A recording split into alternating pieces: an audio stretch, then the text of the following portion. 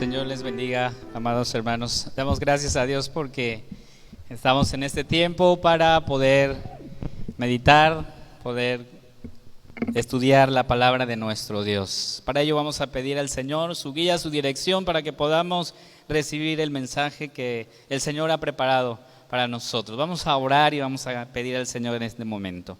Padre, gracias te damos por tu bendición, porque hablas a nuestro corazón, y gracias por este hermoso día que nos has regalado, Señor.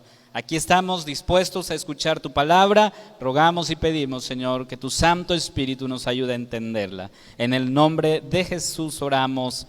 Amén. Hemos leído el pasaje de Lamentaciones, ahí donde vamos a estar meditando, y durante estos domingos hemos estado hablando sobre cuál es la respuesta de Dios frente al dolor y frente al sufrimiento. ¿Cuál es la respuesta de Dios? ¿Qué dice la palabra? ¿Qué nos enseña la Escritura cuando nos toca pasar por esos valles de sombra y de muerte? ¿Qué nos dice la palabra del Señor? Y hemos hablado que nosotros debemos tener presente el amor de Dios, la misericordia de Dios, la justicia de Dios cuando nos toca pasar por situaciones difíciles en la vida.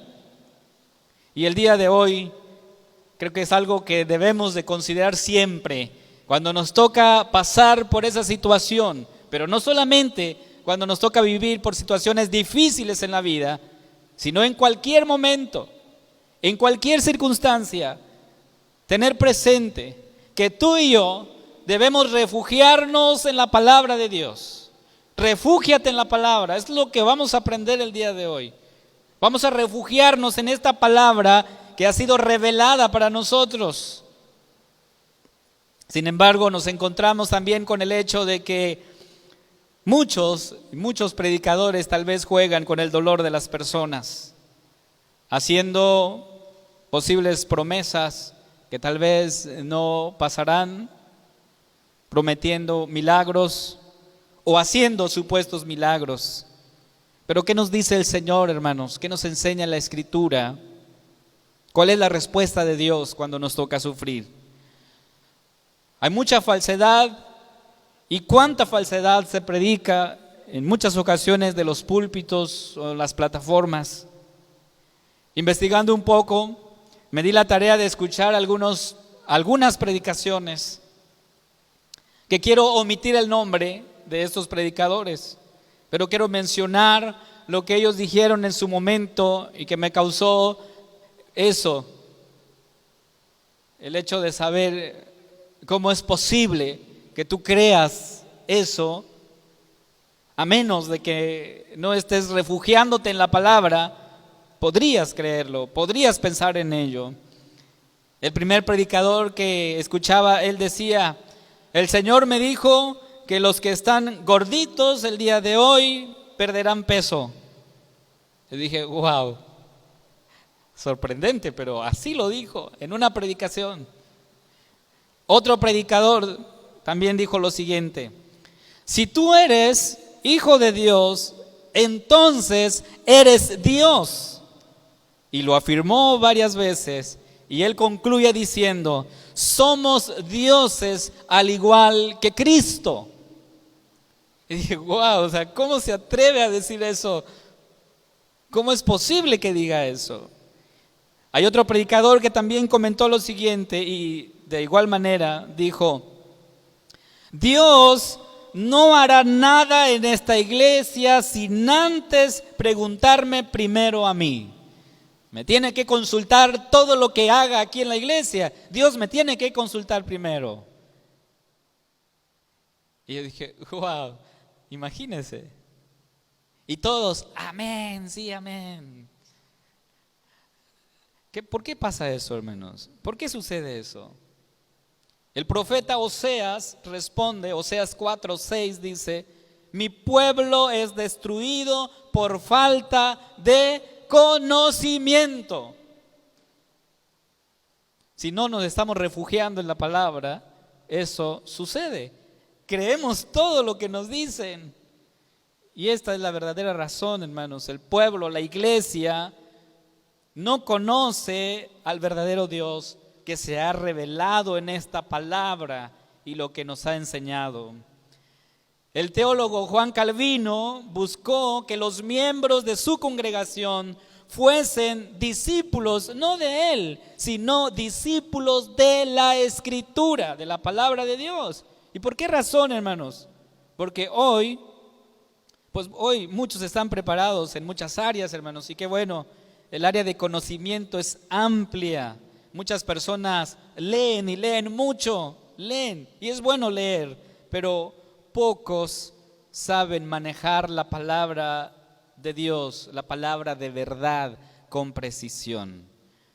Así le dijo el apóstol Pablo a Timoteo en su segunda carta, Timoteo capítulo 2, versículo 15, le dice esto: procura con diligencia presentarte a Dios aprobado, como obrero que no tiene de qué avergonzarse, que usa bien la palabra de verdad, que maneja bien la palabra de verdad.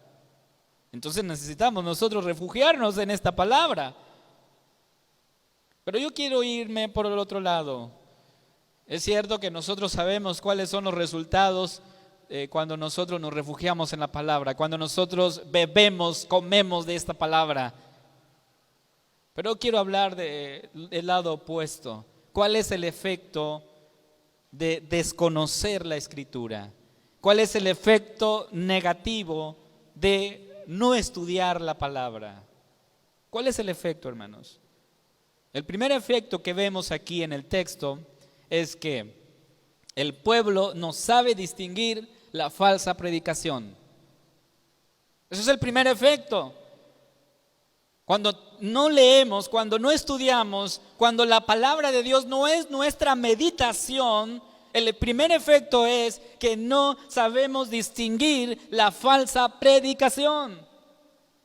Dice Lamentaciones 2:14, el pasaje que leímos: tus profetas vieron para ti vanidad y locura, y no descubrieron tu pecado para impedir tu cautiverio, sino que te predicaron vanas profecías y extravíos. Otra versión dice: tus profetas te anunciaron visiones falsas y engañosas. No denunciaron tu maldad, no evitaron tu cautiverio. Los mensajes que te anunciaban eran falsas patrañas, dice esta versión. Por eso es importante, hermanos, que la iglesia, que como iglesia estemos escudriñando la palabra de Dios. Y eso es lo que sucede, un efecto negativo. La iglesia, el pueblo, no supo distinguir el mensaje que venía de Dios con las falsas profecías que se anunciaban. Y me gusta siempre mencionar a una iglesia que el libro de Hechos nos recuerda, Hechos 17, 10 y 11. Dice la Escritura: inmediatamente los hermanos enviaron de noche a Pablo y a Silas hasta Berea, y ellos, habiendo llegado, entraron en la sinagoga de los judíos, y estos eran más nobles que los que estaban en Tesalónica, pues recibieron la palabra con toda solicitud, escudriñando cada día las Escrituras para ver si estas cosas eran así. ¿Qué estaba haciendo la iglesia en Berea, hermanos? ¿Qué dice el texto? Estaban escudriñando para ver si eso que decían los apóstoles era así. ¿Cuál fue el filtro entonces para estos hermanos de Berea? Para poder distinguir una falsa enseñanza. ¿Cuál fue el filtro? Dice aquí la Escritura. Escudriñaron la Escritura para ver si eso que los apóstoles estaban diciendo era cierto o no. En Jeremías 23, 16 y 17 encontramos una descripción de lo que los profetas falsos anunciaban o predicaban. ¿Qué decían ellos, hermanos? Jeremías, Isaías anunciaron al pueblo, a Israel, las consecuencias de su pecado y de su desobediencia. Pero había una fuerza, un poder, una lucha entre los que traían la verdad y los que predicaban una falsedad. Y entonces el profeta Isaías, el profeta Jeremías hablaron al pueblo, y específicamente Jeremías dice una descripción, nos da una descripción de lo que se anunciaba. Así ha dicho Jehová de los ejércitos: no escuchéis las palabras de los profetas que os profetizan, os alimentan con vanas esperanzas, hablan visión de su propio corazón, no de la boca de Jehová. Dicen atrevidamente a los que me irritan: Jehová dijo, paz tendréis. Y a cualquiera que anda tras la obstinación de su corazón, dicen, no vendrá mal sobre vosotros. Esto era el mensaje que los profetas anunciaban. Le decían al pueblo: eso que Jeremías está diciendo es mentira. Habrá paz, ustedes no se preocupen. Es más, aunque ustedes cometan pecado, o sea, anden en la rebeldía, en la obstinación de su pecado, de su corazón, no vendrá mal sobre vosotros, porque Dios nos ama. ¿Alguna vez usted ha escuchado eso? O sea, Dios no es tan malo como para castigarnos, Él nos ama. Y muchas veces confundimos el amor de Dios con la justicia de Dios.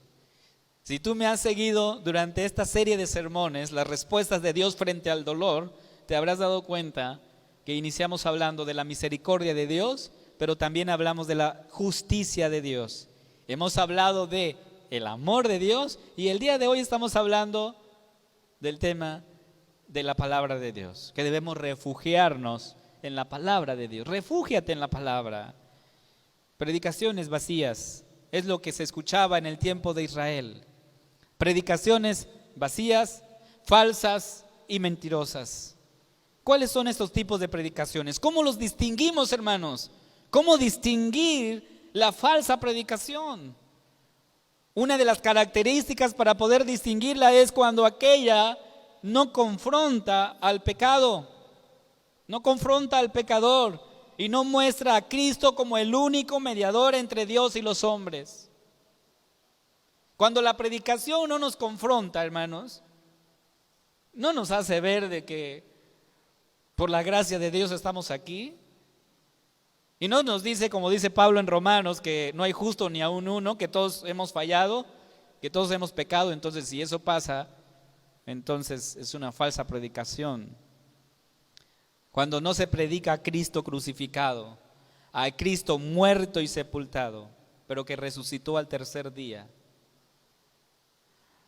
Es por ello que el apóstol Pablo en 1 Corintios 15:14 dice: y si Cristo no resucitó, vana es entonces nuestra predicación y vana es también nuestra fe. Entonces la predicación debe ser cristocéntrica. Cristo. Cuando la predicación se centra en el hombre y de cómo éste puede salir adelante, entonces es una predicación falsa. Cuando las predicaciones parten del impulso de tú puedes decretar o declarar, tal predicación es falsa y es vacía. Y diríamos diabólica, porque ¿quiénes somos y quién eres tú para decretar o para declarar algo? ¿Saben quién nos enseñó Jesús al respecto de la oración? Él nos dijo: Señor, hágase tu voluntad, como en la tierra, así también en el cielo. Jesús nos enseñó a orar así, hermanos. Y cuando tú oras, Señor, hágase tu voluntad. Yo no puedo ordenarle a Dios a que haga algo. Yo no puedo decir: Señor, tienes que sanar a esta persona. ¿Quién soy yo para hacerlo? Si Jesús nos enseñó a orar diciendo: hágase tu voluntad. Hay un escritor y pastor que se llama Miguel Núñez. En uno de sus libros, El poder de la palabra para transformar una nación, él dijo lo siguiente: muchos dentro del pueblo de Dios han sido espiritualmente malnutridos por años. Y eso es una realidad, porque creemos todo lo que nos dicen. No se cree en Dios, pero sí se cree en los extraterrestres, por ejemplo, ¿verdad? Y se volvió viral una persona que hasta dice que habla con los extraterrestres. Y toda la gente dice así, wow, impresionante la conexión que tiene esta mujer con el más allá, ¿verdad? Esa es la realidad, hermanos, y la gente le cree a todos. Y cree todo. ¿Cuál es la razón entonces? La predicación, el cual se ha centrado en los milagros, expulsión de demonios y sanidades. Y más recientemente, el evangelio de la prosperidad es resultado de una teología antropocéntrica que en forma muy sutil enseña que Dios existe principalmente para satisfacer nuestros deseos. No, hermanos. El hecho de que tú tengas la misericordia de Dios es por gracia. Porque Dios no está obligado. Dios no está obligado a bendecirnos, hermanos. ¿O alguien cree eso aquí? Dios no está obligado a bendecirte. Si Él nos bendice es por su gracia. Si Él nos bendice es por su misericordia en nosotros. El gran predicador David Martin Lloyd-Jones, en su comentario a la epístola a los Efesios, dijo: no puede existir ninguna duda de que todos los problemas en la iglesia y la mayor parte de los problemas en el mundo se debe a un alejamiento de la autoridad de la Biblia. Nos hemos alejado de la palabra, hermanos. Nuestros oídos deben entrenarse continuamente a escuchar siempre la verdad de la palabra, la predicación verdadera, que es esta, la palabra de Dios. Pero usted se preguntará, bueno, ¿y entonces cuál es la predicación verdadera? ¿Cuál es la predicación verdadera? ¿Cómo la distingo? Bueno, el apóstol Pablo en su carta a los Corintios nos da una descripción magistral de cómo debe distinguirse la verdadera predicación. 1 Corintios 15:3 dice el apóstol: además os declaro, hermanos, el evangelio que os he predicado, el cual también recibisteis y en el cual también perseveráis, por el cual mismo, si retenéis la palabra que os he predicado, sois salvos, si no creísteis en vano. Porque primeramente os he enseñado lo que asimismo recibí. ¿Qué recibió el apóstol? Dice que Cristo murió por nuestros pecados, conforme a las Escrituras. Y luego, después de hablarnos de que Cristo murió por nuestros pecados, conforme a las Escrituras, Pablo en otra de sus cartas dice: pero por la gracia de Dios soy lo que soy, y su gracia no ha sido en vano para conmigo. Antes he trabajado más que todos ellos, pero no yo, sino la gracia de Dios conmigo. Comentando este pasaje, hermanos, encontramos que Cristo murió por mis pecados. Cristo murió por tus pecados. Y que si ahora soy lo que soy, es por la gracia de Cristo. ¿Cuál es el efecto negativo entonces de desconocer la Escritura? Que no logramos distinguir la verdadera predicación con la falsa predicación.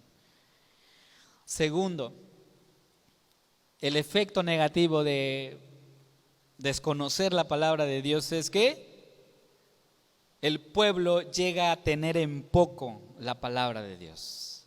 Tener en poco esta palabra. De hecho, fueron las palabras del profeta Natán a David. Segundo de Samuel 12:9 dice: ¿por qué pues tuviste en poco la palabra de Jehová, haciendo lo malo delante de tus ojos? A Urías Heteo heriste a espada y tomaste por mujer a su mujer, y a él lo mataste con la espada de los hijos de Amón. Tener en poco la palabra de Dios, hermanos, es quebrantar sus mandamientos. Es decirle a Dios: sé que te estoy desobedeciendo y voy a ver qué haces. Eso es tener en poco la palabra de Dios. Es insultarlo en su presencia. Es pensar que Dios no hará nada. Es creer que Dios se hará de la vista gorda y que yo puedo escaparme ileso de esta situación. No, hermanos. Dios es un Dios de justicia y siempre en su palabra ha dejado reafirmado cada vez esto. Él hace justicia. Mira lo que pasó con Israel, Lamentaciones 2, 15 al 17. ¿Qué hizo Dios? Cumplió su palabra. Él cumplió su palabra. Por eso el profeta Isaías, en el capítulo 55, versículo 11, él dijo: así será mi palabra que sale de mi boca. No volverá a mí vacía, sino que hará lo que yo quiero. Y será prosperada en aquello para que la envíe. O sea, Dios cumple su palabra. Y siempre lo ha hecho, hermanos. Quiero poner algunos ejemplos de cómo Dios ha cumplido su palabra en el pasado. Cumplió su palabra en la casa de Acab. Segundo de Reyes 10:10, dice la palabra del Señor: sabed ahora que de la palabra que Jehová habló sobre la casa de Acab, nada caerá en tierra, y que Jehová ha hecho lo que dijo por su siervo Elías. Los versículos 15 al 17 de Lamentaciones 2 es una descripción de esa condición de un hombre cuando por sus propias fuerzas busca cambiar. Y este versículo nos pone en evidencia, hermanos, que el hombre continuamente trata de buscar por su propia cuenta solución a su condición. ¿Por qué el hombre no puede salvarse a sí mismo, hermanos? ¿Por qué? Dice Génesis 6:5, el Señor vio que era demasiada la maldad del hombre en la tierra y que éste siempre estaba pensando en hacer lo malo. Esa es nuestra inclinación, nuestra naturaleza, inclinarse siempre a eso. Por eso el versículo 17 de Lamentaciones, capítulo 2, el pasaje que estamos estudiando, dice: ha cumplido su palabra. Dios ha cumplido su palabra. Esto es una confirmación de lo que la palabra de Dios es. ¿Qué es la palabra de Dios, hermanos? ¿Cómo lo vemos en toda la historia de la redención? Dios ha cumplido su palabra. La palabra es creadora, organizadora, sustentadora, por lo tanto es poderosa, y si lo ha dicho, se ha de cumplir. Entonces, hermanos, no tengamos en poco la palabra de Dios, porque todo lo que está aquí es verdad. ¿Qué entonces podemos hacer según nuestra condición? La palabra del Señor nos dice a nosotros que somos pecadores. ¿Alguien aquí dice o piensa lo contrario? ¿No, verdad? Creemos que lo que dice aquí es verdad. Si la palabra me dice que yo soy un pecador, pues así es. ¿Y qué pasa cuando nosotros desobedecemos, hermanos? Bueno, Israel desobedeció y aquí están las consecuencias. Vea usted el versículo 20 de este pasaje de Lamentaciones 2. Israel dice: mira, oh Jehová, y considera a quién has hecho así. ¿Han de comer las mujeres el fruto de sus entrañas, los pequeñitos a su tierno cuidado? La crisis por el cual vivió Israel fue una crisis severa, al grado que Jeremías el profeta no está hablando aquí metafóricamente y por parábolas, no. Lo que está diciendo es esto es lo que está sucediendo en el pueblo. Las madres están comiendo a sus hijos. ¿Qué más está pasando? Versículo 20 sigue diciendo: han de ser muertos en el santuario del Señor el sacerdote y el profeta. Versículo 21, niños y viejos yacían por tierras en las calles, mis vírgenes y mis jóvenes cayeron a espada. Mataste en el día de tu furor, degollaste, no perdonaste. Dios es justo, hermanos. Es la realidad. Vemos en el versículo 20 que las mujeres comían a sus propios hijos. Versículo 21, niños y adultos caían al suelo porque la crisis era severa. Pero yo quiero concluir pensando en lo siguiente. Cuando nosotros pasamos por situaciones difíciles en la vida, en el dolor, en el sufrimiento, lo primero que tenemos que hacer es refugiarnos aquí, la palabra. Vamos a refugiarnos en esta palabra, hermanos. ¿Pero qué hace la palabra? La palabra muchas veces nos confronta, nos hace ver nuestra realidad, nos hace ver nuestra verdadera condición, pero también esta misma palabra nos consuela, nos reconforta, nos muestra a Cristo, que es esta palabra encarnada en el dolor, en el sufrimiento. Y en cualquier momento de tu vida, haz una cosa: refúgiate en esta palabra, que ella sea tu meditación. No te refugies en lo que dicen los demás, no pongas tu esperanza en el hombre, pon tu esperanza y tu confianza en el Señor. Eso es lo que enseña la palabra. Hace muchos años, un hermano de carne enfermó gravemente. Él fue llevado a varios doctores. Mi padre lo llevó con muchos doctores y el diagnóstico era uno solo: no hay sanidad. No hay sanidad fue el diagnóstico de todos los doctores al cual mi hermano fue. Y siempre resonó estas palabras en nuestros oídos, las frases de los doctores: su hijo vivirá con esto toda su vida. Entonces recuerdo que mi padre nos contó con lágrimas en sus ojos por este diagnóstico que le habían dado. Estando en una placita, pensando y asimilando esta noticia, después de haber ido a todos los consultorios, hecho todos los exámenes, estaba en una placita triste por todo lo que había escuchado. En esa misma placita se topa con un hermano que lo conocía muy bien, un hermano de una iglesia. Al verlo triste, en esa condición, le preguntó qué tenía, que si podía ayudarle en algo. Mi padre le contó esa situación, le dijo todo lo que había hecho, y entonces las palabras de este hermano fueron: bueno, eso fue lo que dijo el médico, pero la última palabra lo tiene Dios. Y entonces le dijo: mira, ve a este hospital, acaban de llegar unos doctores que están atendiendo de esta manera, ve.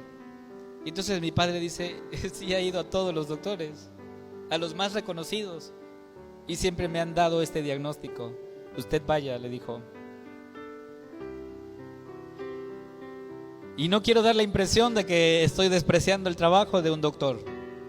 No, ellos humanamente hacen su trabajo, dando un diagnóstico, pero no pueden ir más allá. No pueden hacer un milagro, porque quien tiene el poder para sanar es el Señor. ¿Sí? Es el Señor. Y para no hacer larga la historia,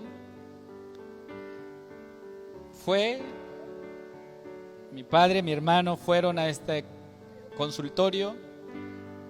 Después de comprar medicamentos súper caros para tratar la enfermedad, el doctor le recetó una bolsita, unos polvitos y un líquido. Y le dijo: con esto, suficiente. Y entonces mi padre, incrédulo, dijo: ¿cómo? ¿Esto nada más? Sí, con eso es suficiente.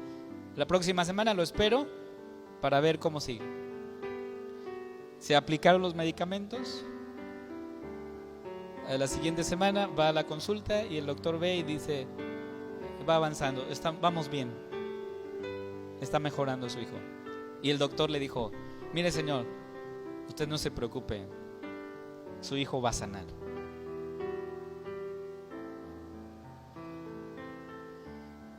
Y hoy está sano.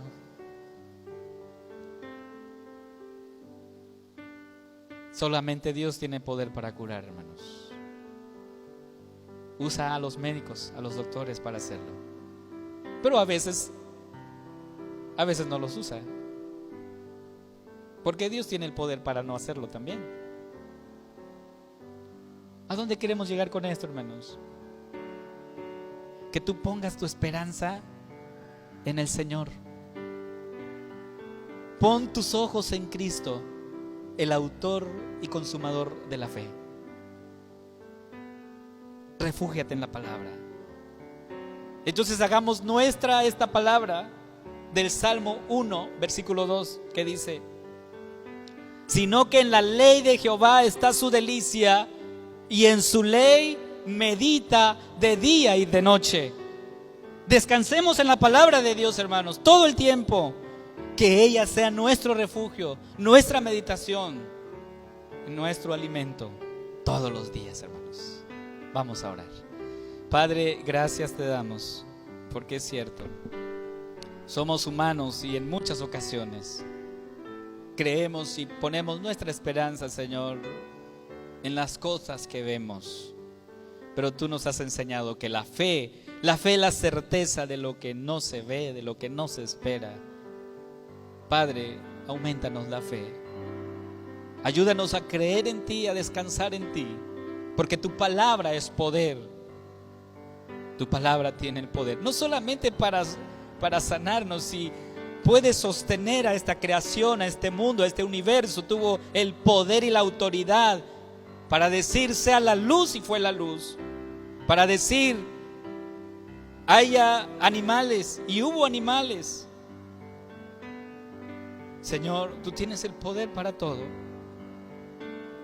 Y a veces nosotros nos ahogamos en nuestras situaciones y nos olvidamos, Señor, de que tú tienes poder por sobre todas las cosas, Señor.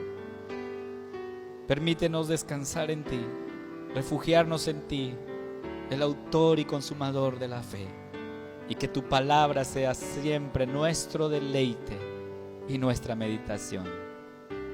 Que así sea, Padre, en el nombre de Jesús. Amén.